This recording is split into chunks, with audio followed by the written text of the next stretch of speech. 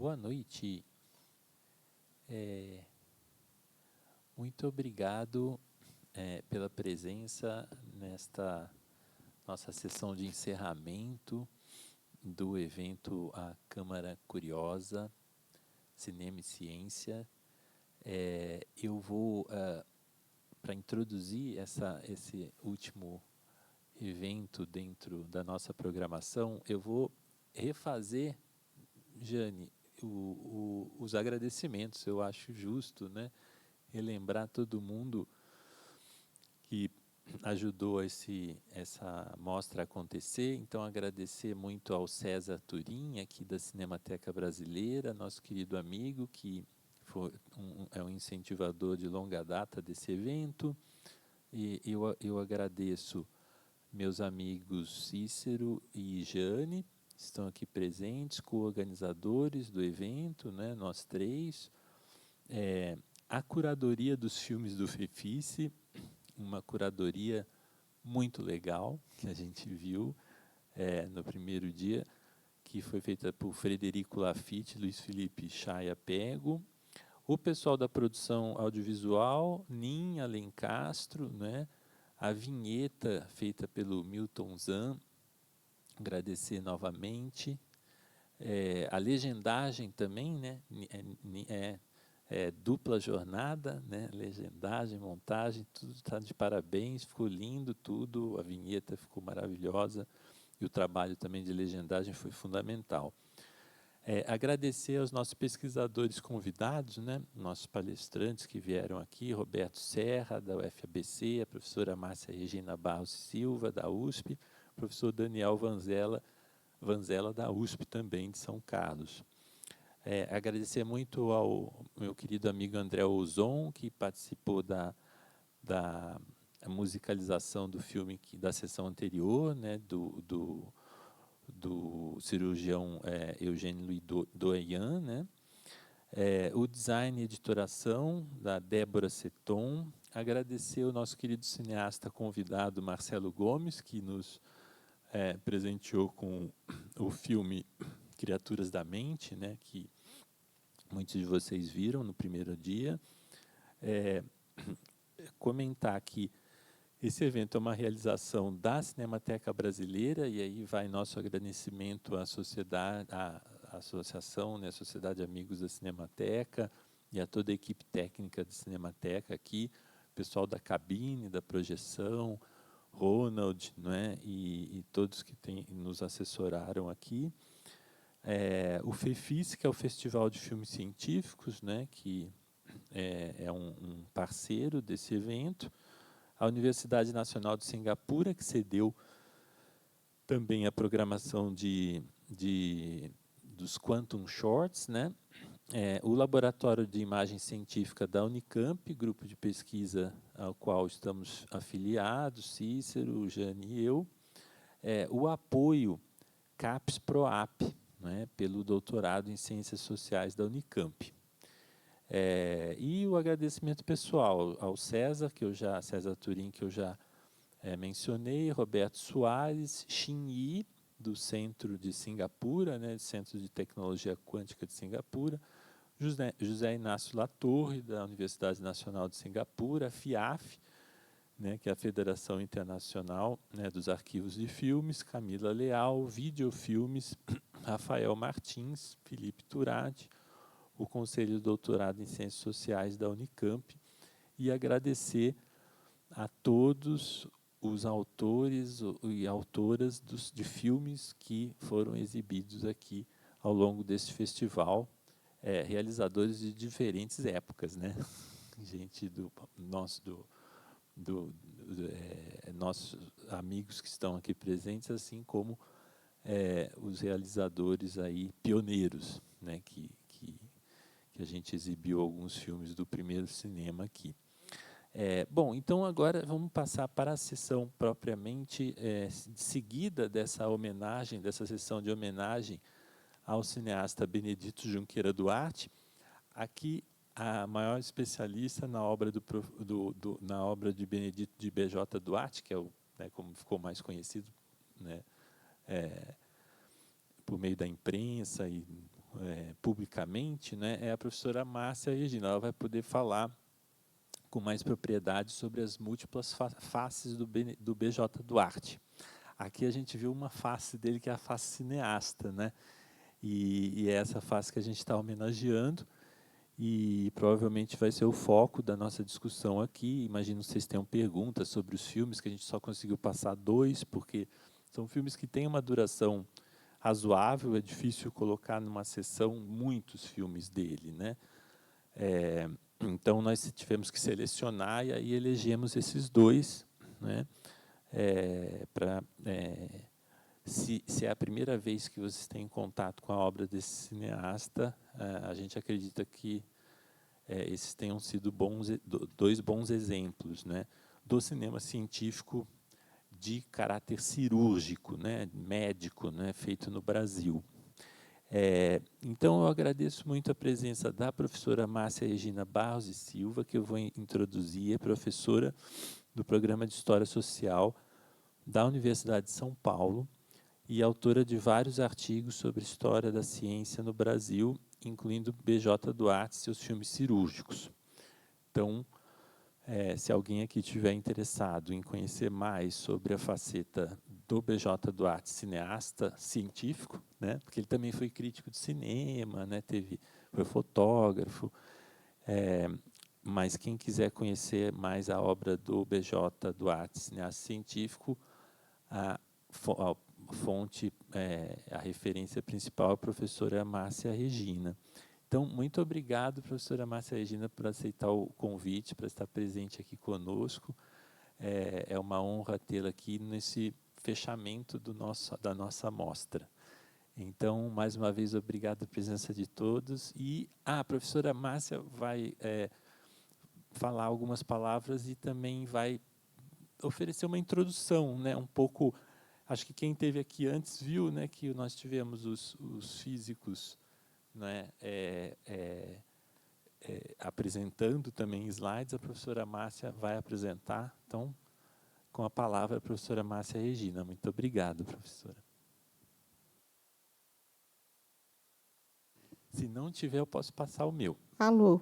Não, consegui. Bom, boa noite, gente. Obrigada pela permanência, vontade de se inteirar, né, da temática do cinema científico. Mas, primeiro, eu quero agradecer ao Alfredo Supia, porque faz um tempinho que a gente está tentando se encontrar desde antes da pandemia, né? E a pandemia atrapalhou um pouco, e depois esperamos uma boa oportunidade. Essa foi uma oportunidade ótima. Agradecer a Jane, com quem eu já tinha me encontrado online também, né? E o Cícero, que eu conheci agora, né? E vi o seu texto, ótimo texto, nesse nosso encarte. Então, queria agradecer a honra, né, de fechar, mas não quero cansar vocês. Então, por isso que eu fiz algumas imagens para a gente ter uma certa dinâmica, né? O BJ, como ele ficou conhecido, acaba sendo uma figura bastante assim ativa e dá ensejo para muitas introduções, aberturas ou discussões de diferentes aspectos da carreira dele. Então, ele realmente era uma pessoa muito, muito ativa, bastante bem relacionada, teve uma vida longa, né? E produziu muita coisa diferente, foi muito central para a história da Cinemateca. Ele já foi objeto de eventos aqui na Cinemateca, para a cultura paulista e para a história da medicina paulista. Ele também acabou sendo alguém bastante central. Então, eu pus aqui algumas imagens para a gente acompanhar. Bom, ele nasceu em Franca, em 1910, e morreu em São Paulo, em 95. Ele teve diversas, não sei se eu vou lembrar de todos os detalhes da carreira dele, né? Porque ele foi, com 10 anos, 10 para 11 anos, ele foi acompanhar um tio distante que passou a trabalhar, saiu do Brasil, tinha sido fotógrafo da Casa Imperial Brasileira, e, com a proclamação da República, foi para Paris. E ele era sobrinho da esposa desse tio, né, um tio postiço. Ele e uma irmã foram acompanhar, a primeira irmã, algum tempinho depois ele, foram acompanhar esse tio. É um pouco aquela situação de damas, né, de companhia. Então, foram acompanhar esses tios. E, lá em Paris, ele acabou tendo uma formação extensa. Ele só voltou com mais ou menos nos anos 28 para 29, ele teve toda uma formação, porque esse tio, além de fotógrafo, também permitiu, acabou falecendo, que ele trabalhasse como aprendiz na Casa Reuteler, que era uma casa famosa de fotografia e que fotografava bastante personagens do cinema, das artes. Então, ele teve uma formação cultural, como ele dizia, na prática, muito intensa, já durante esse período da adolescência, né? Infância, quase, e adolescência. Então, ele permanece em Paris por muito tempo e volta em 28, 29, irmão, quer dizer, ele tinha uma família grande, de 6 irmãos, se eu não me engano, e ele era um irmão do meio do Paulo Duarte, que é um intelectual bastante importante também nesse contexto paulista de formação da universidade, da USP, de política contra o governo Vargas, né? O Paulo Duarte foi exilado, ele acabou ficando no Brasil um pouco depois, com assim, um conjunto de pessoas bastante interessantes, né? E ele, como uma pessoa sem formação profissional, acabou trabalhando como fotógrafo-repórter nos Diários da Noite, que era um jornal, se eu não estou correndo aqui, deve ter gente que conhece também o BJ, porque ele tem sido tema de muitos trabalhos, depois eu vou apresentar um pouco. E ele, então, teve esse primeiro trabalho muito prático e autodidata de repórter fotográfico.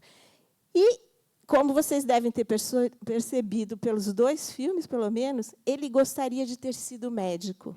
Isso é o grande cartaz, né, a ligação, a ponte que ele vai fazer com o cinema científico. Ele queria ter sido médico, ele também cresceu num entorno em que os médicos, e num período que São Paulo comportava, né, por também ter uma elite um pouco mais enxuta, vamos dizer assim, um grupo de médicos oriundos dessas grandes famílias paulistas e que também estava como área se desenvolvendo na ampliação das instituições de formação médicas, porque você tinha a Faculdade de Medicina, que foi criada em 1912, 13, e a Escola Paulista de Medicina, que até aparece aqui no comecinho, como Unifesp, né, dos apoiadores do encontro, foi criada em 1933. No meio, você teve a tentativa de fazer uma outra escola médica particular, que não foi para frente, mas funcionou por uns 2 anos.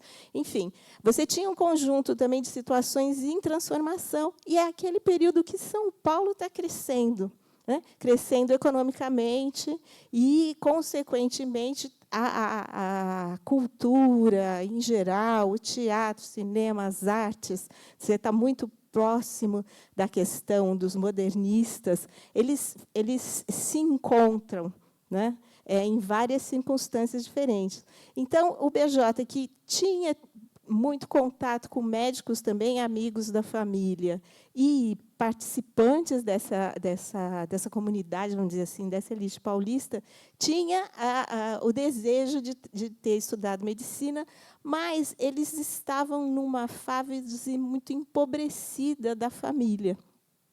E ele acaba não conseguindo fazer o curso médico, que seria um curso diurno, né, integral, e ele, por indicação do irmão, Paulo Duarte, vai fazer Direito no Largo de São Francisco. O trabalho de fim de curso dele já dá uma indicação do interesse pela medicina, que ele faz. Naquele período, os alunos tinham que fazer uma tese de doutoramento, que não é o mesmo doutoramento de hoje, é um doutoramento para... Podemos dizer que é equivalente a uma certa residência, mais ou menos, não é isso, né?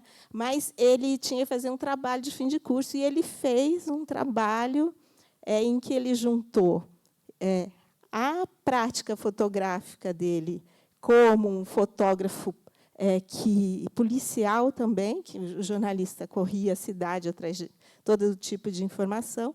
E aí ele fez um trabalho em que se discutia o ponto de vista médico legal e o uso da fotocinematografia na medicina legal.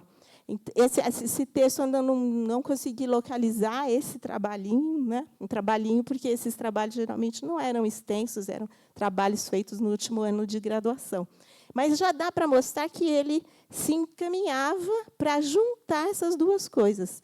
A questão da imagem, tanto a fotografia quanto a imagem em movimento, e as questões médicas. Então, o médico com o qual ele vai fazer esse trabalho, porque você tinha que escolher uma área, era um médico conhecido da família, também o Almeida Júnior.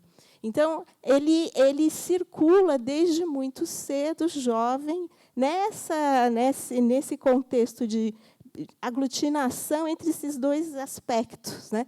Então, ele foi repórter fotográfico, retratista, se diz. Aqui tem um exemplo, o Catani, depois vou mostrar também o título desses trabalhos, analisa esse momento da obra do BJ, que em que ele passa a ser contratado por famílias dessa elite para fotografar diferentes personagens. Então, aqui a foto do Mar de Andrade é uma foto bastante famosa, né, conhecida, do BJ. E aqui tem um pouco de exemplos de outras situações em que ele se relacionou com esse ambiente intelectual paulista muito pulsante, né? Como funcionário da prefeitura, então, fotos das escolas infantis, como um olhar específico para a grandiosidade de São Paulo. Então, ele vai formando, antes de partir para o cinema científico, um olhar muito detalhado da performance do corpo humano, acho que a gente verifica assim, de uma coisa que a gente pode chamar de um certo controle do olhar sobre esses corpos, né, corpos em movimento, tanto mesmo que sendo fotografias, eu acho que a gente podia destacar isso, né? Alfredo, quando você quiser me comentar, você também, por favor. Porque são fotos, né? Imagem parada, mas de alguma coisa que promete um movimento, me parece, né? E depois a gente pode discutir se vocês pensam a mesma coisa. E a cidade de São Paulo. Então, esses são dois focos que vão estar sempre nas obras do BJ. Ele foi, depois de um período, fotógrafo, que produziu material para algumas revistas importantes, dessa intelectualidade paulista, como a revista Inhambi ou a revista São Paulo. E crítico de cinema, que é o material também muito extenso que ele produziu.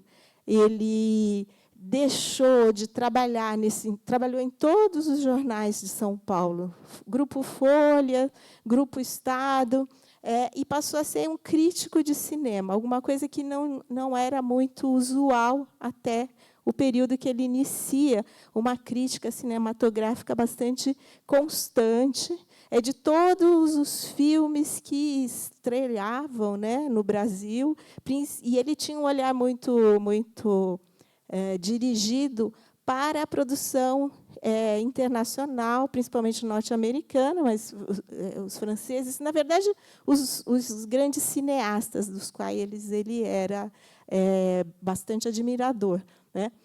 Então, aí ele faz uma crítica de cinema muito em busca da perfeição da imagem. Ele não admitia uma produção que não se pautasse pela perfeição, pela busca de uma produção esteticamente orientada, tanto que essa realmente não é a área que eu mais olhei material do BJ, né? Mas é difícil não saber disso, porque tem muita discussão sobre esses aspectos. E ele já tinha uma certa idade quando, por exemplo, o Glauber Rocha passou a despontar, e ele teve várias, vamos dizer assim, disputas e desgostos com aquele tipo de filme que era trêmulo, que não era perfeito, né, que era, para ele, um incômodo, porque não era uma questão estética com a qual ele se identificava. Então, ele é um personagem bastante complexo, né? Mas isso também faz com que ele seja representante de uma situação da história do Brasil e de São Paulo bastante reflexiva, porque você vê debates, disputas, debates com o próprio Paulo Emílio, com o qual ele teve uma amizade intensa e muito próxima, e mais com quem também, vez por outra, havia um desacordo, né? Então, ele era um personagem absolutamente em busca de uma qualidade e, como diz o Catani, tentava elevar o povo à cultura. Então, a gente pode imaginar alguns debates, algumas discordâncias com os quais o BJ se colocou. Vamos ver aqui se eu consigo. Isso. Então, aqui tem a imagem do BJ, é o jeito que eu mais uso, mas ele teve vários apelidos, né? Benedito, Benet, na família, Benoit, pelas essas origens francesas, Vamp, que ele assinava na Revista de São Paulo, e que parece que foi um apelido dado na infância, numa escola de primeiro grau. E ele tem, então, esse apuro das imagens como objetivo principal da produção dele em qualquer tipo de veículo, né? Aqui tem imagens, então, na fase adulta. Aqui uma foto que a gente vai ver em outra circunstância, mas é uma foto da participação dele nesse filme que nós vimos anteriormente, que é o filme do transplante cardíaco. Ele com o Starovinsky, se eu não estou enganado, né, na pronúncia, que era um assistente regular de vários dos filmes dele, preparando, né, produzindo, posicionando o equipamento para acompanhar essa que seria uma cirurgia, quer dizer, um transplante que já estava sendo gestado há algum tempo, né? Tanto que ele conta, ele tem 3 livros de memória que são muito recorrentes, em que ele como que já prepara a memória da própria história dele, né? Ele era muito centrado também na delimitação desse lugar muito conquistado que ele alcançou e almejou durante, aparentemente, quando você tem um objeto, né, como esse diretor, que você acaba sentindo em algum momento que é conhecido seu, né? Então, acho que historiador tem um pouco essa circularidade com os seus personagens, né? Então, de tanto ler as memórias do BJ, alguma outra carta e as críticas, tem um momento que você fala, ele pensaria isso. Vocês relevem um pouco essas afirmações, mas você tem essa sensação, né, de que você sabe o que ele pensaria, o que ele diria. E ele tinha, então, essa busca da imagem perfeita também nesse cinema científico, que aparentemente seria, entre aspas, então, natural, né? Uma busca da imagem sobre o real. E é isso que eu gostaria até um pouco de pensar.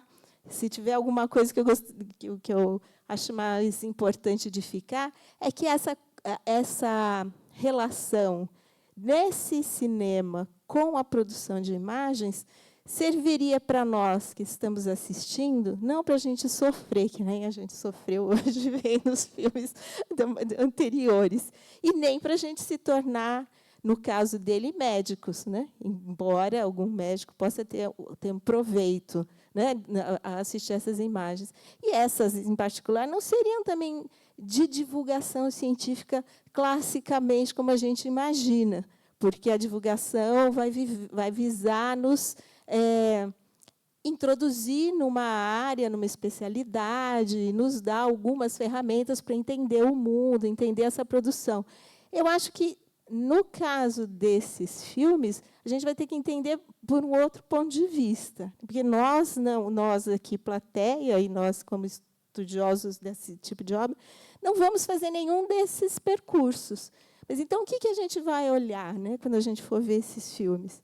Para mim, interessa entender como ele constrói uma realidade, porque os corpos e outras realidades que circundam a produção dele, como as imagens sobre São Paulo e um discurso sobre o ambiente paulista, a cidade, e o tempo, né, em que ele está produzindo, não estão lá sem a intervenção desse cineasta. Então, eu persigo compreender como ele constrói a realidade que ele está projetando, que não está lá, só está lá, talvez fazendo uma ligação com as discussões ontem sobre quântica, na hora que ele filma, né? Então, pensando que podemos fazer essa relação, ontem não daria tempo de fazer essas perguntas, a gente saiu às 10h30, né?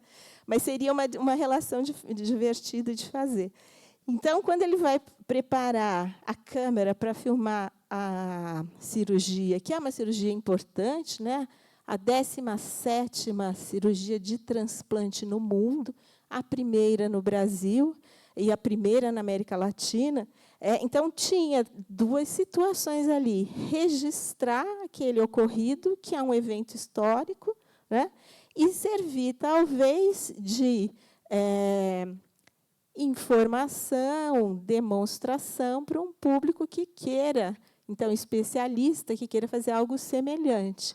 A gente vai ver que ele produz imagens, quer dizer, ele treina antes dessa cirurgia, treina acompanhando, ele descreve na memória, né, quantos dias ele passou dentro do Hospital das Clínicas, na expectativa de aparecer um corpo ou não, que pudesse ser doador, né, até que esse corpo acontece, e como ele se prepara em cirurgias, acompanhando cirurgias anteriores, e como isso também vai mudar a filmagem que ele vai fazer posteriormente. Então, é um processo bastante extenso de manipulação das imagens que podem dar muitas informações para a gente.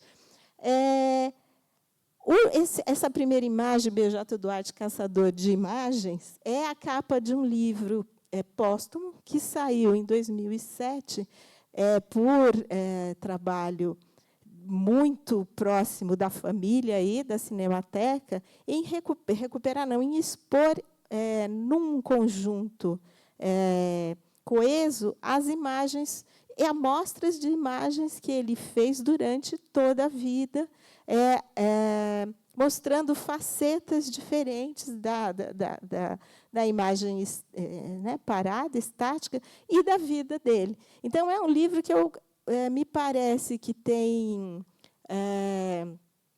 uma situação interessante pelo ano que o livro sai, que é um momento em torno do qual a gente vê que começam a aparecer muitos trabalhos sobre o BJ, um pouquinho antes e depois. Então, é um livro interessante, que tem imagens, algumas reproduzidas aqui, né, e que são bonitas também, são tanto históricas, porque contam de personagens da história de São Paulo, quanto são um movimento para nos fazer acompanhar como ele vai construindo esse conjunto de perspectivas, de explicações, vamos dizer assim, de performance sobre o que é importante no olhar que ele produz, tanto no cinema quanto nas fotografias, né?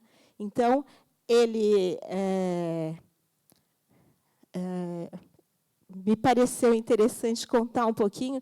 Acho que o Alfredo e a Jane já ouviram eu contando essa historinha, como eu me encontrei com o BJ, porque eu não sou da área de cinema, né? Aí, se eu fosse de cinema, seria mais natural, porque ele é um personagem conhecido no meio acadêmico paulista. Mas não foi assim. Eu trabalhei por um tempo longo num arquivo, no Centro de História da Saúde, aqui na Unifesp, que é pertinho, né, que é na Vila Mariana, aqui do outro lado. E um dia a gente tinha uns rolos de filme variados. Como era em 35 milímetros, eu não tinha equipamento para isso, mas eu tinha a noção de que eu não devia abrir aquela caixa, porque podia estragar. A gente não sabia o que era, mas tinha uma singela etiqueta, BJ. Só isso na lata, uma lata como essa.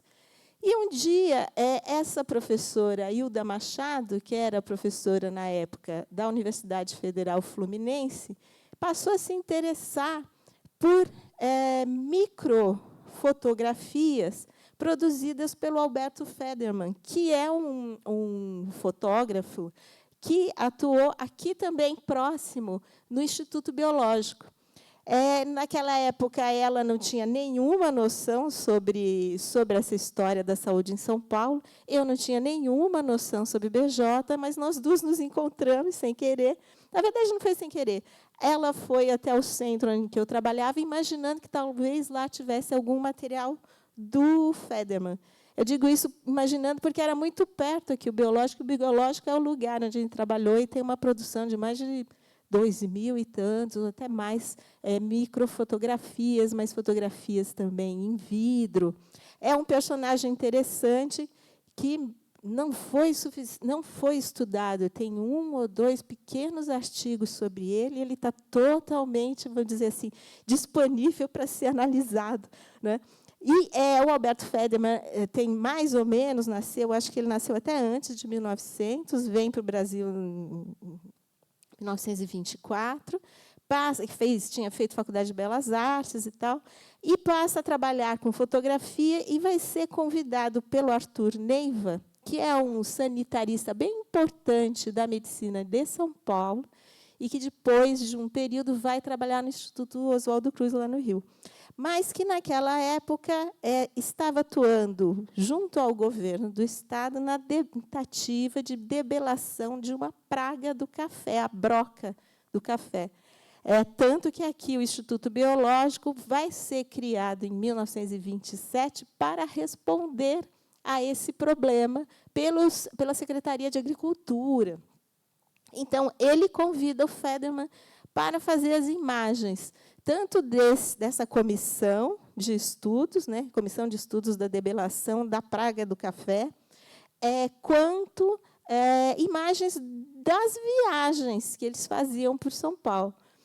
Então, o Federman é alguma coisa muito interessante. A Hilda estava buscando as microfotografias, e aí, quando eu aproveitei que ela estava lá, tudo assim, um pouco, como diz o Woody Allen, né? Esqueci o que o Woody Allen diria, tinha um filme dele que ele dizia... eu vou lembrar depois. Eu falei assim, aproveitando que você está aqui, o que será que é isso? Aí ela era muito espalhafatosa. Essa foto era quando ela tinha uns 20 anos. isso é o BJ Duarte. Foi uma cena, e aí eu fui apresentada a existência desse personagem. Nós conseguimos um recurso lá na Unifesp e trouxemos o filme para cá para ser restaurado. A Cinemateca já tinha esse filme, que não estava ainda em condições de ser assistido, estava em 35 e tal. Nós conseguimos um recurso FAPESP e esse filme foi restaurado e a gente passou a utilizar. Eu vou falar um pouquinho do filme. Então, a Hilda está aqui por causa disso, porque ela foi quem apresentou e mostra um pouco que esse período dos anos 2005, 4, 6, foi um período que começou-se a ter um interesse, pelo menos no grupo que eu conhecia, pelo cinema e a ciência.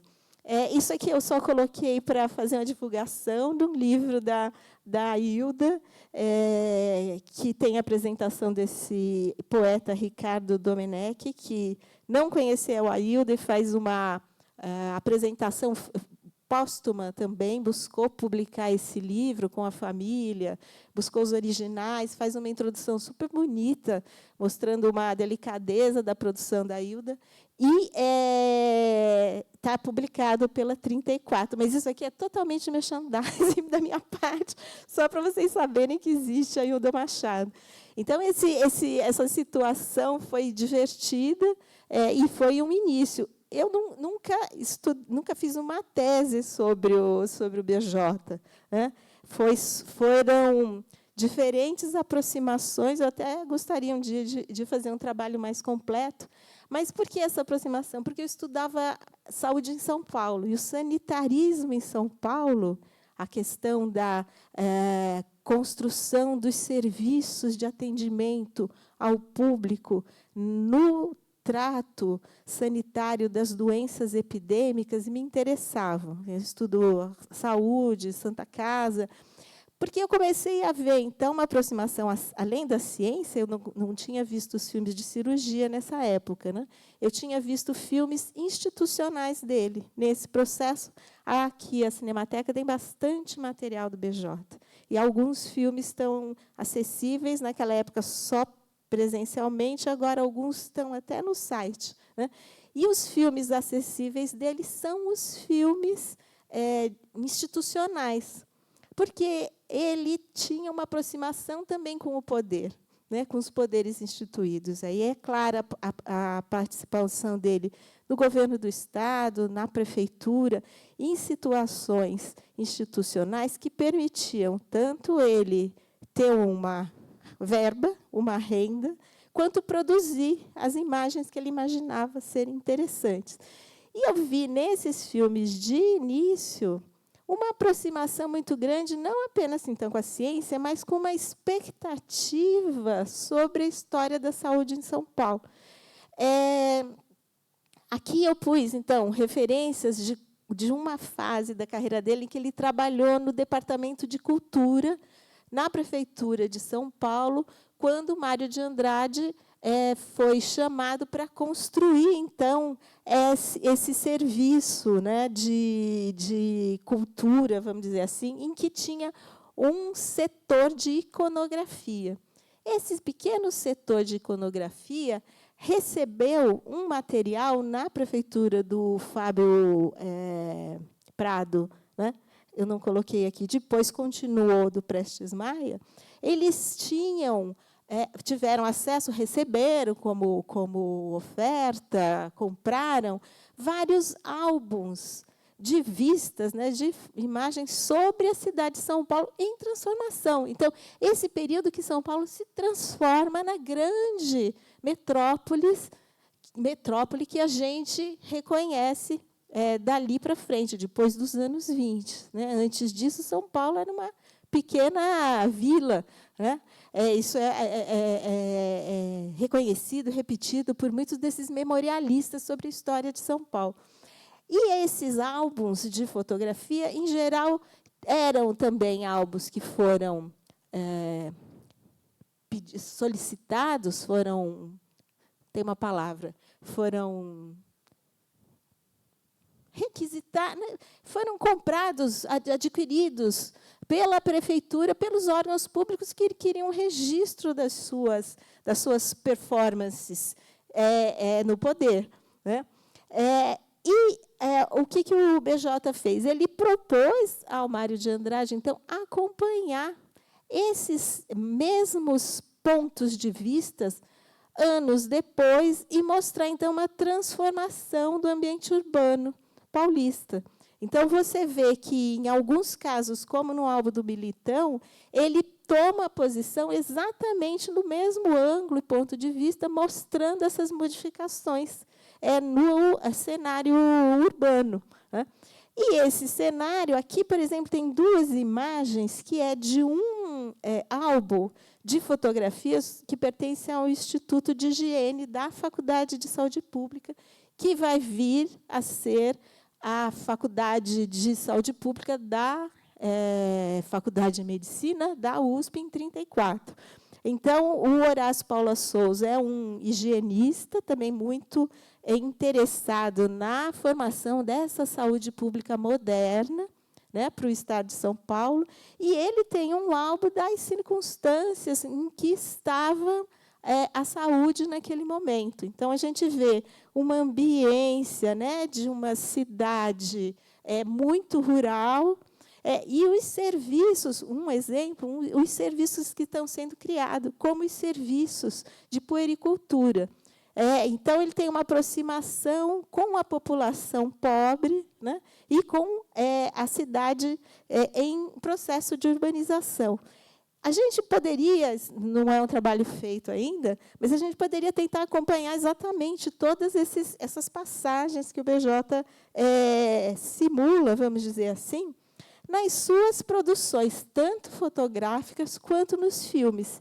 Então, esses filmes, que são filmes todos que a Cinemateca tem restaurado e que eu acho que estão acessíveis, eu assisti aqui, alguns passaram em festivais, são filmes bastante conhecidos dessa fase de produção institucional, em que ele acompanha os poderes constituídos, os secretários, o governador, nas suas andanças pela cidade, pelo Estado, nas suas propagandas políticas também. Mas o ponto de vista que me interessou nessas imagens é como ele já tem uma busca por aquilo que a gente vai ver no cinema científico, que é a questão tecnológica, o crescimento da cidade, a questão do corpo humano, que aparece em vários desses momentos desses filmes. Alguns filmes são menos desenvolvidos, como Retificação do Rio Tietê, mas outros são também filmes encomendados, essa era a palavra que eu estava tentando lembrar, como um filme que eu gosto muito, Um Lençol de Algodão, de 1954, que é um filme em que ele vai mostrar como o algodão é colhido no campo, tratado, vira um tecido, vai para uma fábrica, a Fábrica Santista. Você vê as operárias tratando daquele material, transformando aquilo num lençol para ser vendido. Aquele material vai para uma vitrine e uma dama da sociedade olha a vitrine e busca comprar esse material. Mas a ideia de acompanhar processo, a questão tecnológica, é um filme preto e branco, mas a ideia de manipular sombra contra fundos é muito intensa, né? E o filme de 1963, aquele Uma Escola de Médicos, que era aquele filme que estava lá na lata, que a gente não sabia que existia, né? Então, ele tem aqui um conjunto de filmes que a temática principal é a cidade de São Paulo, né? Se eu estiver falando muito, você me avisa. Tá, uns 10 minutos, vou tentar ser breve, né, para a gente conversar. Aqui, outras 2 imagens, então, que, para mim, remetem àquelas imagens dos álbuns anteriores, e especificamente o álbum da saúde pública, que são, esse título é dado por ele, né, Cortiços da Rua Oscar Freire, que está naquele livro lá, Caçador de Imagens, que lembra, então, o posicionamento de entender como é que essa população pobre se movimenta, está, né, vive. Tem um lençol, eu achei que teria uma ligação interessante aqui para contar para vocês. E aqui a capa da revista São Paulo, que foi estudada pela Marina Takami, que é uma revista de vanguarda estética, mas absolutamente tradicional na forma de expor uma opinião política. Então, é uma revista que busca e modifica a forma da apresentação da fotografia, porque ela faz recortes, sobreposições, e continua tendo, então, o corpo humano, a criança, a infância, que eu não vou falar aqui, mas é um debate importante para o sanitarismo, que está preocupado em tanto preservar os corpos sadios, mas como construir uma nação a partir de corpos saudáveis. E o melhor lugar para fazer isso é na infância. E você teria certeza que esse corpo resultaria num trabalhador competente, saudável para o crescimento da cidade. Então, são duas imagens do BJ em lugares diferentes que remetem a essa estética né, essa busca anterior ao cinema de ciência. Né? O filme Uma Escola de Médicos, que foi produzido também sob encomenda, a gente pode dizer de cavação, que ele buscava também filmes para ter um recurso financeiro. Né? Aqui são os 3 primeiros frames do filme, em que o filme é produzido como se fosse uma reportagem, daquele tipo de reportagem que, os anos 30, o Departamento de Imprensa e Cultura no Vargas produziu. E por que ele faz isso, na minha opinião? Porque aí ele junta, é um filme de 63, quando a escola faz 30 anos, ele junta a data 33, que é da fundação da escola, com os 30 anos 63. Então, ele remete a uma estética dos anos 30, com uma possibilidade de percepção diferente, porque, para a época, era um filme caríssimo de fazer, porque ele tem tomadas aéreas extensas da cidade de São Paulo. A gente viu no filme sobre o transplante uma tomada muito semelhante, feita em outro período, num período também que tinha mais recursos, porque ali a gente viu a quantidade de instituições de grande porte que pagaram a execução daquele filme. Nesse daqui, pelo que eu verifiquei, não sei se tem uma informação diferente até hoje, foi a Escola Paulista que pagou toda essa produção, mas, mesmo assim, era um recurso alto para a própria escola, que era uma escola particular. Então, o Izankovski, que acompanhava ele, né?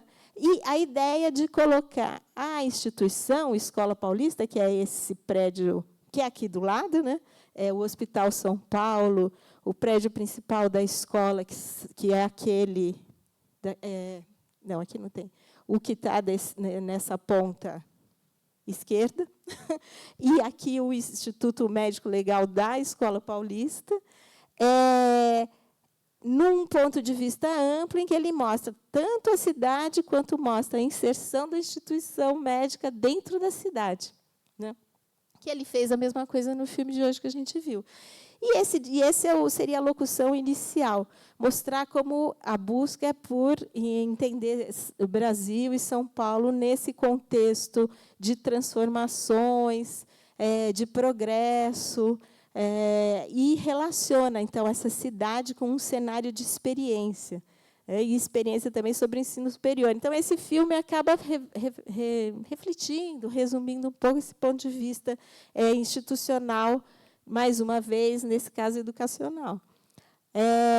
Aqui, alguns estudos para relacionar com aqueles anos 2007, que eu falei do filme.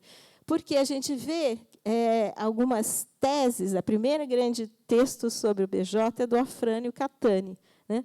Tem um título que é um título que se repete nas memórias do BJ. Cogumelos de um só amanhã. Está escrito, está faltando ali. Peraí, não, é cogumelos de uma só manhã, isso é outra coisa. Que seria uma referência à dificuldade de fazer cinema e tal. Então, o Catani faz uma tese de doutoramento enorme, né, em 3 volumes, sobre um período curto, dos anos 50 a 60, e pensando a memória quer dizer, a discussão sobre as críticas cinematográficas, e não sobre nada disso que a gente está falando. Mas ele relaciona, situa, explica a vida do BJ, e é o primeiro grande trabalho sobre o BJ. Depois, a gente tem algumas teses então, sobre a revista São Paulo, sobre o Parques Infantis, que rendeu um álbum que o BJ fez, a pedido do Mário de Andrade, que tinha esses parques infantis como uma menina dos olhos da passagem dele pela prefeitura. Aqui, o texto da Priscila Xavier não é exatamente sobre o BJ, mas já sobre cinema científico, olhando alguns filmes do Instituto Butantan. A gente tem a impressão de que tem 1 ou 2 filmes que talvez sejam do BJ, não tenho certeza.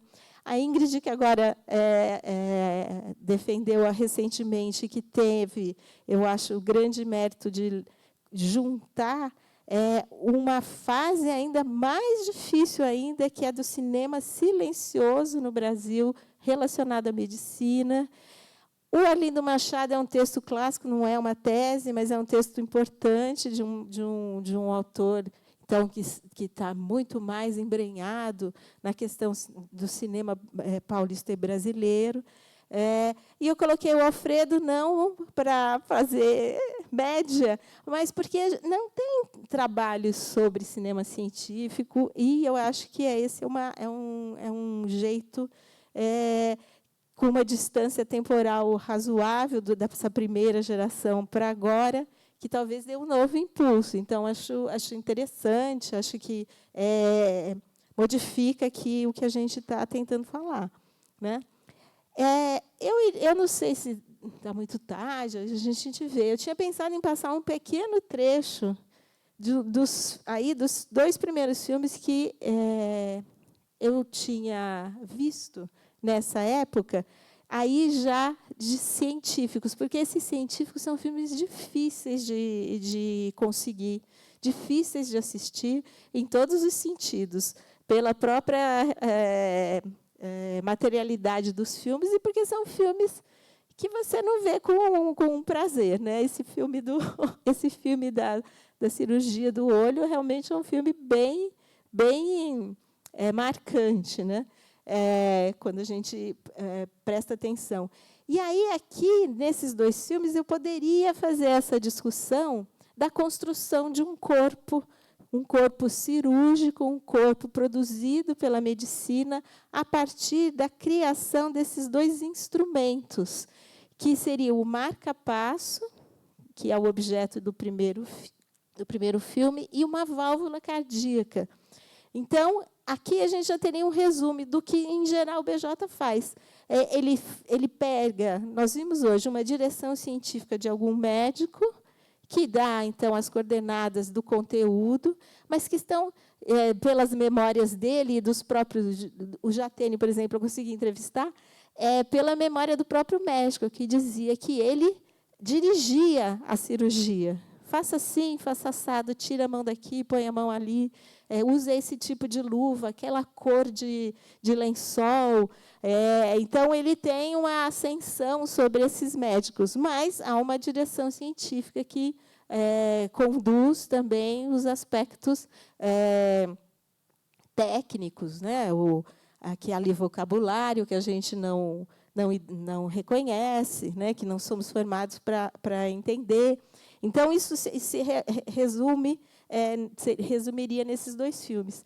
E o financiamento aqui, então, Sandox do Brasil, e, nesse caso aqui, Laboratório Johnson & Johnson, Associação Nacional de Assistência para o Paciente, que são formas de subvencionar a produção desses filmes, e que são bastante importantes nessa história do BJ, porque mostra uma relação muito próxima com a indústria farmacêutica, nacional e internacional, com a qual ele se relacionou até o fim da vida.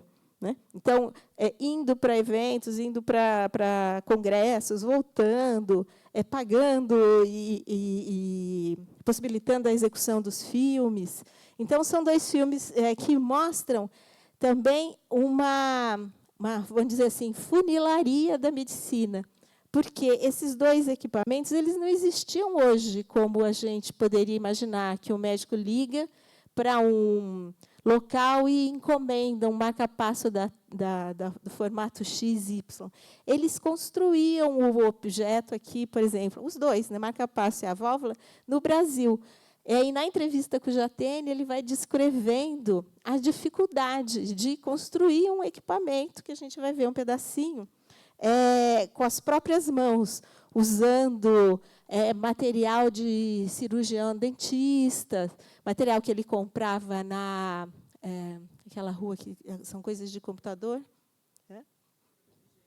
Santa Efigênia, na Santa Efigênia.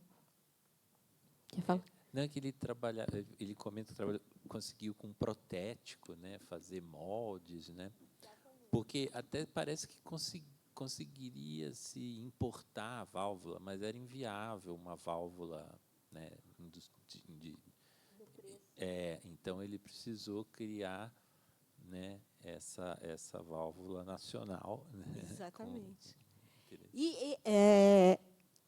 Esse aqui é um resumo que a gente não precisa falar do que eu acho que está envolvido na produção desses filmes, né? Os aspectos promocionais, quando ele, já falei um pouco, né, produz um discurso cinematográfico sobre ciência e sobre o corpo, né? E como ele divulga, talvez aqui seja interessante, uma ideia do que é o laboratório e do que é a sala de cirurgia. Isso eu acho que poderia mudar se eu assistisse alguns outros filmes. Essa relação, acho que acontece de imediato nesses 2 filmes que eu vi, porque são filmes de ensino. Então, são filmes que acompanham cirurgias, mas são produzidos para serem mostrados em aulas, em congressos, e eles, então, têm uma certa, vamos dizer assim, restrição, ou pelo menos uma edulcoração do que é o ato médico, porque você vê que é uma cirurgia limpa, muito limpa, uma cirurgia praticamente sem sangue, uma cirurgia sem aqueles detalhes que a gente viu nas outras 2 imagens. A do olho, eu acho que ela é similar, mas como ela é muito próxima, né, você não tem como não participar daquela situação. E a cirurgia do transplante é uma cirurgia, entre aspas, mais, vamos dizer assim, fresca, no sentido da aproximação com as entranhas ali, com o sangue, que não tinha também esse tempo para ser dirigido. Né? Nesses filmes, então, que a gente poderia ver uma parte, aqui é só uma primeira imagem do filme da válvula, e, em geral, ele começa assim, uma imagem de um objeto, né, referente àquele tema, como de um ponto de vista tecnológico. Então, lembrar que ele está sempre falando da coisa mais atual possível, né, da medicina de ponta, daquela medicina mais experimental que teria. Né? E, no marca-passo implantável, é similar, ele usa equipamentos até que a gente viu na cirurgia do transplante. E aí, lá, eu só lembraria como, mesmo por breves instantes, essa ficha técnica não mostra só aspectos técnicos irrelevantes, porque, além da iluminação, da locução, do som, você tem uma ficha técnica institucional dos hospitais, dos médicos. Então, tem a criação de uma memória de quem é o dono dessa técnica, quem desenvolveu, quem é o cara de ponta, mesmo que eles passem muito rápido, mesmo que as mãos sejam mais importantes, mas quem é da área sabe, né, que são representantes dessa medicina paulista de destaque, né? E eles vão aparecer em várias circunstâncias. Então, se a gente conseguir ver um pedacinho do filme, a gente pode passar e depois abre para debate. Aí tem mais um slide depois, Tá. 2 minutos e 50. Consegue passar daí? A gente combinou. Então a gente tá vai se passar com a luz acesa, porque aí eu vou fazendo um comentário para aproveitar o tempo. Porque esses filmes eles não têm som. Porque eu conseguia conversar com um fotógrafo, Sérgio Spezia, que trabalhou no Hospital das Clínicas e que guardava com ele dezenas de filmes. Ele faleceu recentemente. Né? Pois é. Eu cheguei a conversar com ele. Pode ir passando filmes, isso. E ele tinha algumas latas de filmes com ele, e esses 2 filmes, que eu logo me interessei pela questão tecnológica, ele não tinha, era muito precário, o equipamento, em 1938, para rodar o filme. Então, ele não tinha perdido a trilha sonora, ele rodou o filme numa parede e filmou o filme com uma câmera.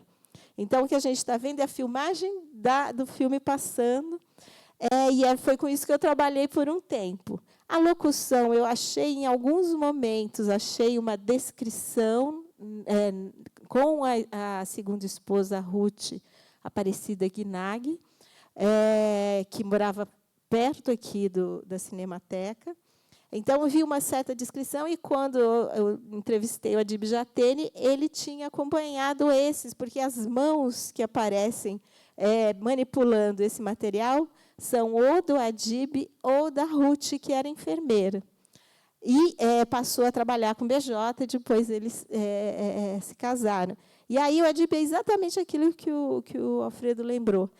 Vai mostrando como ele constrói a válvula cardíaca, com equipamentos nacionais, por um preço muito menor do que o preço sugerido no mercado, de forma absolutamente artesanal. O filme, então, não deve se imaginar que vai servir para alguém saber fazer uma válvula. Eu aprendi isso, na verdade, lendo um artigo seu em que você cita a entrevista com o Adib Jatene, e ele explica de forma bem, né, didática esse processo, né, de fazer o molde. É tudo super produzido localmente. Parece um artesanato, mas a gente está falando de medicina de ponta, né? E você vê que, vez ou outra, aparecem os nomes das instituições.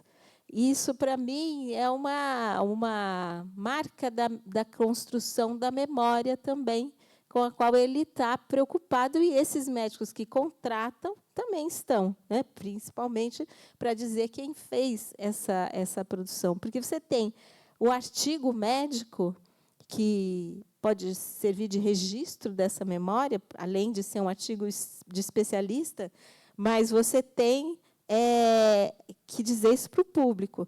Então, só para a gente ter uma ideia de como essa é uma cirurgia limpa, esse tipo de cirurgia filmada para divulgação. O máximo de sangue que a gente vai ver é isso. Não vamos assistir tudo, porque aí demoraria, que é muito semelhante com as outras, a cirurgia preparatória, né, que passou lá no filme do transplante, que ele diz, né, então, a frase: esse filme é para produzir a história da medicina em São Paulo, né? Então, para demarcar quem é que está fazendo aquilo, né? Chegando aqui nas conclusões, mostrar que a gente podia comparar aquelas imagens de uma cirurgia didática com aquilo que eu tinha na época, que eram fotografias, e hoje a gente já viu o filme, então se complementava, fotografias que saíram nessa revista Fatos e Fotos, extensas sobre a cirurgia. E aí você vê sangue, de verdade, não é a mesma cirurgia da cirurgia didática. E aqui a gente também consegue ver o BJ e o assistente e a diferença hierárquica entre cores, né, mãos, luvas, que é alguma coisa que ele discute muito nas memórias, né? Aqui o BJ novamente, e as duas passagens dessas memórias que mostram como ele também já está pensando para frente, construir uma imagem do que ele produziu. Ele agora, o cineasta, não o cientista, né? Como ele dá muitos depoimentos de como ele dirigia esses médicos, né? A questão das mãos, das luvas, das cores, como ele construía equipamento de iluminação, como ele mudava as lentes das câmeras, e como todo esse contexto está muito relacionado com uma ideia de para fora, de progresso, de alcançar, isso a gente veria no conjunto dos textos, alcançar a qualidade que o exterior tem, tanto tecnologicamente quanto no cinema, que aí é o que ele aspira, um cinema de qualidade tal qual do exterior. Finalizando, né, o último slide, eu diria que sim, um pequeno resumo, né? Como ele mostra uma intervenção dele no mundo da cirurgia, né? Como ele se contrapõe à disposição do cirurgião em construir uma memória institucional. Ambos estão querendo construir memórias, por isso que eu digo, o que nós vamos fazer olhando esses filmes? Não vamos ser cirurgiões, não vamos nos aprender como divulgadores, porque também é uma ciência que hoje está ultrapassada, apesar de ser de ponta quando ela foi feita. Nós vamos tentar entender para que serve para nós restaurar, processar, assistir, conversar, que é trazer uma documentação sobre o período com que ele está conversando, mesmo naquelas cirurgias muito que parecem intrincadas, mas tem coisas lá, né? Tem a instituição, tem as pessoas, né? Que se representam, e como ele penetrando naqueles dois filmes, a gente teria que pensar se serve para todos, né? O corpo humano, ele performa, eu diria, um modo de descrever como o cirurgião vê o corpo. Ele tenta sempre pôr a câmera do ponto de vista do médico. O primeiro filme do Doyen, a gente via a câmera estática de fora da cirurgia, eu acho, me parece que ela é distante, ela mostra um quadro, né? Tanto que aquelas imagens foram usadas em muitos filmes depois de cinema, até de terror e tal. Eu até entendo, fiquei aterrorizada com aqueles esforços todos. Mas o do BJ não é assim, né? É diferente, né? Uma coisa que às vezes me chama a atenção é que, dependendo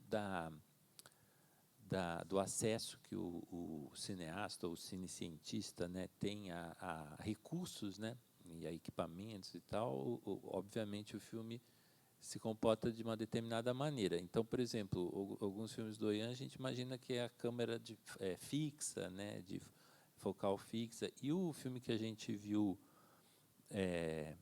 antes, né, do início da palestra, o do transplante, eu particularmente considero um filme espetáculo, assim, porque eu imagino que, eu não tenho dados, mas talvez você se recorde sobre cifras, teve muitos patrocinadores, né? Mas eu sei que o uso daquele negativo colorido no final dos anos 60 já não é um indicativo de que foi barato, né? E, de fato, para conseguir aquelas imagens daquela maneira, o B.J. Duarte realmente, você bem pontuou que ele procura buscar o ponto de vista do médico, mas às vezes eu fico me perguntando se ele não tenta até um ponto de vista melhor do que o do médico, até para tentar dar uma visão muito privilegiada do corpo humano que em grande medida é construída, né? O filme tem uma construção. Uma ficcionalização, né? Sim, a trilha sonora que é colocada, as fusões que são colocadas. A gente imagina, seria o caso até, essa informação, em algum momento eu vi, mas não me recordo, quanto tempo durou a cirurgia, né? Mas são 16 horas. tem os bastidores da preparação, como você bem falou, ele ficou lá aguardando a chegada de um doador, né? Então, assim, é uma realidade tão complexa, né? E tão que o filme acaba sendo realmente uma fábula, né? Sobre mas que ele, não obstante, ele tenta objetivar para formar um documento, né, audiovisual de que, olha, isso aqui. Daí o fato dele privilegiar tanto, né, aquele ponto de vista e de fato, para quem nunca entrou numa sala de cirurgia, né, para filmar, os filmes do BJ são realmente bastante educativos, né, porque é difícil fazer, né? Ele diz muito nas memórias dele que ele usava negativos com muita precisão. Eu acho que fazia também parte da personalidade dele ser muito preciso, porque ele tinha esqueci a palavra, uma decupagem depois, mas quando você faz um acompanhamento, um storyboard muito... Como se fosse um roteiro ou storyboard, storyboard, né? Bem detalhado, de minuto a minuto, também para economizar filme, porque não tinha muita possibilidade de fazer os cortes e refilmar. Então, ele tentava fazer um roteiro muito preciso para usar o filme até o fim e não ter que fazer grandes cortes. Isso numa época, principalmente do filme preto e branco, mesmo quando era contratado, porque isso encarecia bastante, né?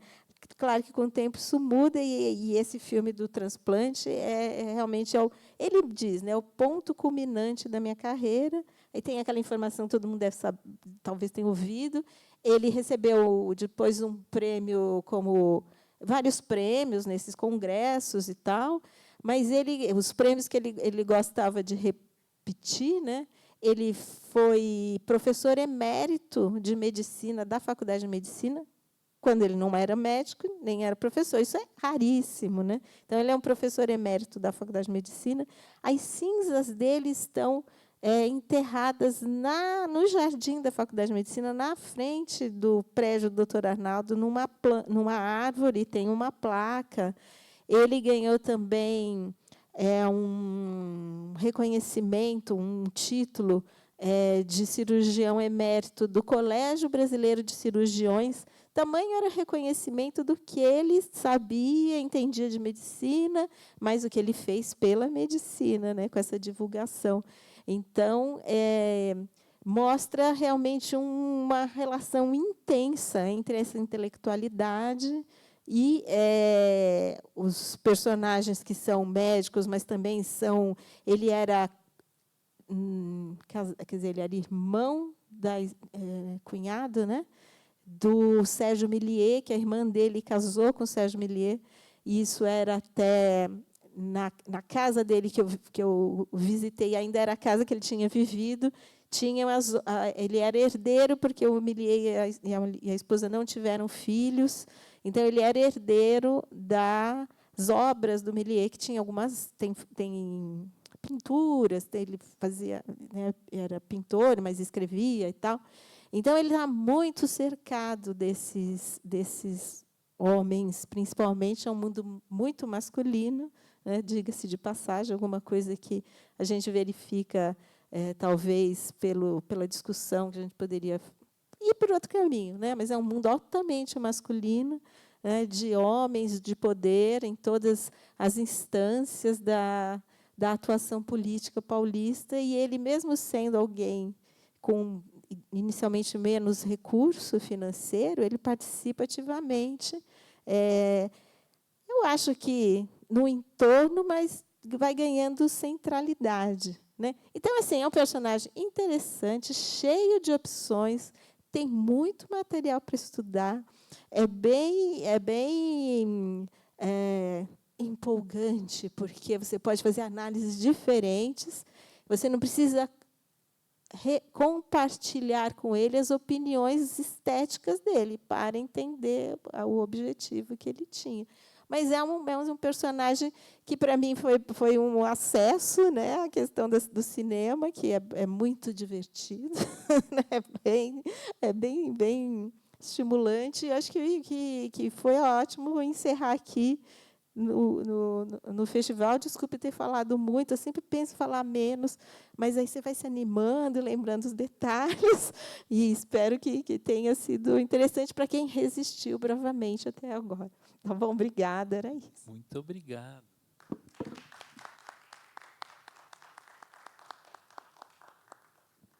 Não, o assunto é fascinante e também o seu trabalho já vem de longa data sobre esse personagem, então é totalmente justificado. Eu queria até poder ficar mais, né? Vamos abrir para perguntas, porque eu acho que podemos enriquecer também o debate. Alguém quer colocar alguma questão ou uma observação?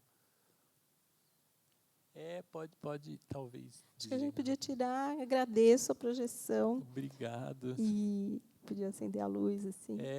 Pode. E tirar o Depois eu vou aí buscar meu pendrive, Ah, que eu sim. ainda sou da época de trazer pendrive, para ter certeza que eu não vou esquecer. Talvez possa colocar o Fefice, né? A vinheta do Fefice, que é menos brilhante. Alô, alô. Aqui. Posso falar? Eu normalmente, se alguém quiser fazer pergunta, mas eu achei que ninguém estava ali perguntando antes, né? Em primeiro lugar, queria muitíssimo te agradecer a sua presença aqui hoje. Para nós é uma honra. A gente segue seu trabalho há muitos anos, né? Você é uma referência para a gente. BJ Duarte é realmente uma figura, como você bem disse agora, especial neste mundo nosso que a gente tem do cinema científico quando a gente pensa no contexto do Brasil, né? A gente tem muitos exemplos de cinema científico de diferentes feições internacionais, né, ali no universo internacional, mas eu acho que o BJ é o nosso grande personagem mesmo, né? E dentro do meu ponto de vista, quando você usou aquela frase que agora você copiou, que é do texto dele lá do filme Cultura, quando ele faz o cinema científico, aquele artigo, né? E você copiou um texto que estava ali em cima agora, que é assim, do corpo amarelo. Eu acho que ele deve ter repetido isso várias vezes, né? E está nesse artigo da Está nesse Filmicultura. artigo, do corpo amarelo ao... bom, tudo bem.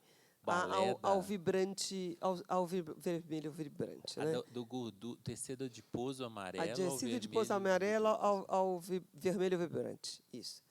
Essa é a parte, para mim, que eu acho a mais incrível de tudo do BJ Duarte, que eu acho que tem um aspecto de fascínio por esse interior do corpo que fica muito evidente e que coloca o espectador também nesse lugar, quase igual o Leonardo da Vinci, que faz dissecação de cadáver e fica todo mundo vendo aqueles desenhos para ver a dissecação do cadáver.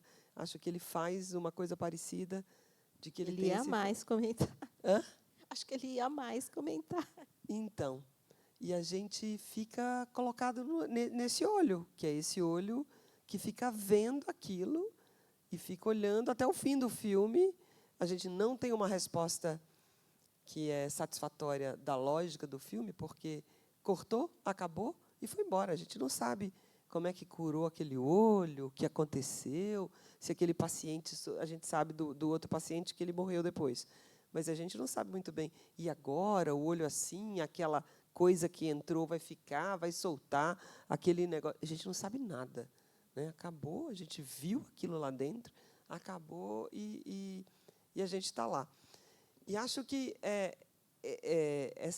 quando você está mostrando para a gente um pouco dessa coisa, dessa preocupação estética, da organização, uma coisa quase assim obsessiva de organização que você trouxe aqui agora, me fez pensar também se há algo neste campo, desse mundo, desse dentro do corpo e essa organização dele, sabe? Uma lógica própria que estava lá naquela estética e que está ali dentro desse ponto de vista. E fiquei pensando por que o médico faz isso que ele faz, né? Porque você olha e fala assim, putz, que trabalho de cão, né? Todos aqueles médicos fazendo, desde o Doyen até aqueles médicos, que trabalho, né? Corta, abre, tira artéria, costura, né? Uma coisa manual absurda, né? Costura e coloca e fecha de novo, e aquele coração. Aí me deu hoje, pela primeira vez, vendo os filmes, e até agora vendo esse transplante lá, cortando de novo ali agora, se ele compartilhava desse olho do médico de alguma forma, e ele queria um pouco contar, um pouco compartilhando com esse olhar do médico, dessa vivência do médico, como é que ela acontece, sabe? Se há um fascínio do médico ao longo dos anos de fazer isso, e se ele também está tentando apresentar isso para a gente. Você já pensou sobre isso, sobre esse material? Né? Porque você tem um ponto de vista historiador que é maravilhoso, né? Que tem a história toda, mas sobre o material lá, você já pensou sobre que tipo de espectador ele busca nesse campo aí? Como é que é o ponto de vista ali? Ele tem as falas, né? Quando ele escreve, ele dá um pouco de direção na análise, né? Mas eu acho que seria legal a gente juntar também, de algum jeito, as críticas cinematográficas que ele faz, porque ele escolhe alguns filmes, e outros um ele detona, vamos ser claro, e outros ele destaca, né? E a gente poderia buscar, porque o que ele fala muito, repete, é a questão da qualidade técnica, que eu acho que percebe, porque é um filme muito próximo, eu usaria essa coisa do filme de ficção. Na qualidade, no enquadramento, eu acho que tem uma história que ele conta do corpo. Nos dois que eu não passei, né, passei só um pedacinho, no fim você vê o paciente. Eu acho que isso é uma prática comum.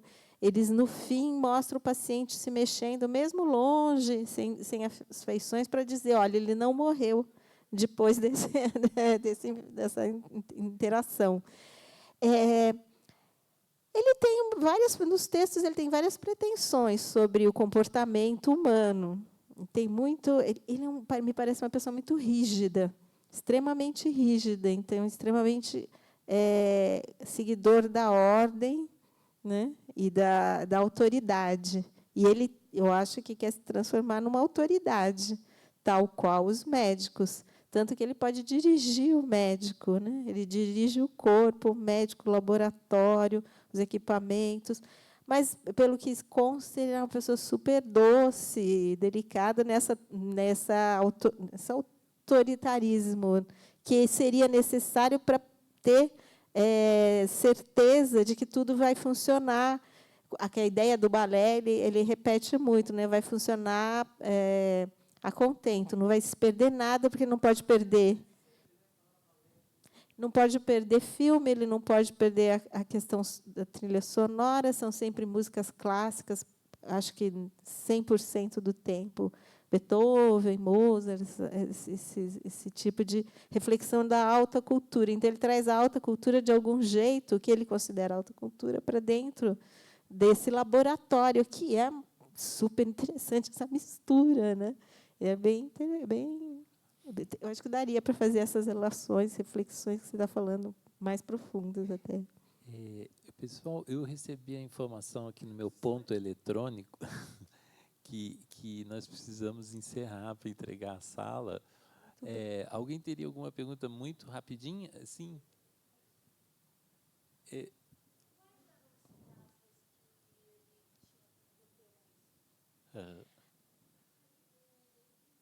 Não sei se vou lembrar todos os nomes, mas assim, no campo do cinema científico, o Paivellé, ele vai falar muito, do Jean Comandon, ele vai falar muito, mas também daquele cinema francês, europeu de vanguarda, Renoir. Então, são esses autores bem... Isso é fácil de ver nas memórias dele, que tem, aqui na Cinemateca tem, quase toda a biblioteca tem, que é outra história do editor, bem descrito por ele. Ele descreve todos esses autores com os quais ele se relacionava nas memórias, né? As memórias são fragmentadas, mas ele fala, agora eu vou falar dos cineastas. Então, isso é fácil de encontrar, mas é com essa vanguarda estética, não pela posição política, mas pela posição técnica da fotografia. Mais uma pergunta. Pronto. Eu achei muito interessante, e eu gostaria de entender melhor a visão dele, né, o que diziam sobre a perspectiva artística dele, porque ele não fez medicina, mas ele era considerado professor de medicina e teve prêmios por... tipo Não, assim, ele recebeu um título de professor emérito, que é um título simbólico, né? Como se ele fosse reconhecido pelos trabalhos em prol da medicina que ele fez. E dentro desse campo da medicina, qual era a percepção, o poder dele de atuação, de fato, devido ao que ele criou, a decodificação dele visual? Ele só era contratado, mas depois, nos anos 90, eu não lembro a data, acho que é 90, ele vai ser contratado como funcionário da Faculdade de Medicina. Então, ele tem uma sala para fazer filmes. Como ele também já tinha sido funcionário da Faculdade de Filosofia, que é uma informação diferente, né, porque ele foi secretário. Esse pessoal procurava, também tinha que ganhar a vida, né? Então, eles todos tinham muitas segundas trabalhos. Eu sou artista, mas sou funcionário da prefeitura, sou diretor do jornal, mas sou taquígrafo, Rui Bloy, da Assembleia de São Paulo.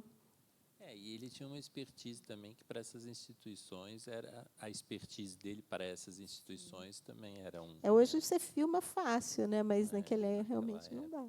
Muito obrigada.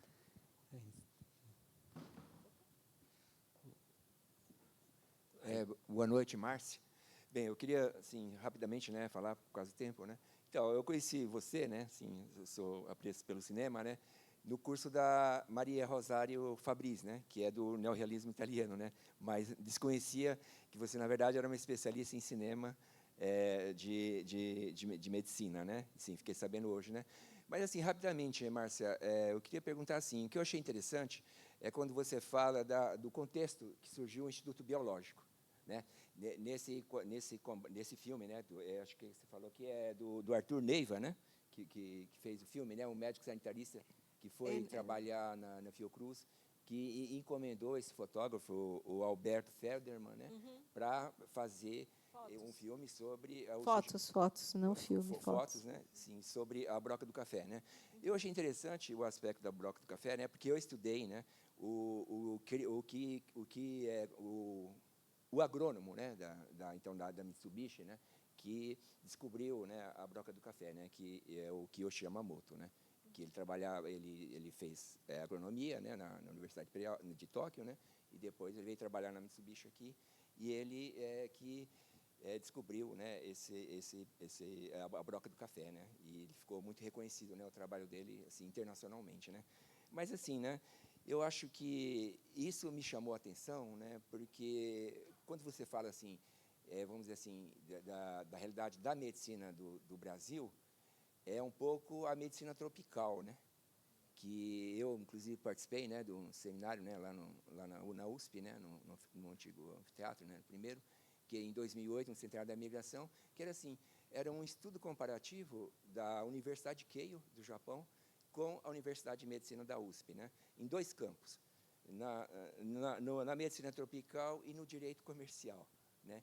Então, vendo os filmes e o comentário que você fez do J.B. Duarte, né, que eu, assim, como que ele é rico, né, nessa possibilidade, né, que também que a gente na área do direito comercial, né, vendo esse filme, né, porque como que surgiu a medicina, né, no Brasil, né, a partir de todas, assim, de alguns grandes médicos, né, que vai se criar essa medicina no Brasil, né, e na parte tecnológica, né, acho que você foi brilhante na escolha, né, ao explicar, né, o marca-passo e a questão da válvula, né, que o Adib construiu, né, lá no Hospital das Clínicas, né?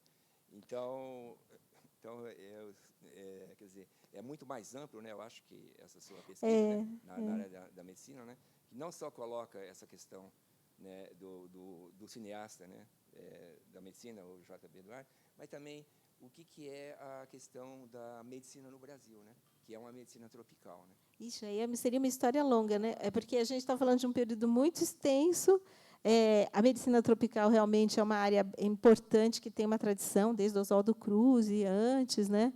E é importante aqui também em São Paulo. E curiosamente, a medicina tropical em São Paulo teve um médico que era muito interessado na memória, então ele fundou o museu da Faculdade de Medicina, enfim. Mas a gente está falando do século XX, né? Aí o século XX abre muito esse espaço de produção em várias áreas, tanto que a cirurgia cardíaca é uma área que até hoje o Brasil é destaque. Claro que não é por causa do BJ, mas ele acompanhou esse movimento de crescimento da medicina para outras áreas. Tá? E aí o século XX é outra história, diferente daquela que estava mais ligada à medicina tropical, mas realmente é uma associação que a gente poderia fazer, a mudança na história da própria medicina como um campo amplo de especialidades que vai se desdobrando dali para frente. Mas é possível também fazer essa análise. Muito obrigada, agradeço vocês. Muito obrigado mais uma vez, Márcia, obrigado a presença e até a próxima mostra.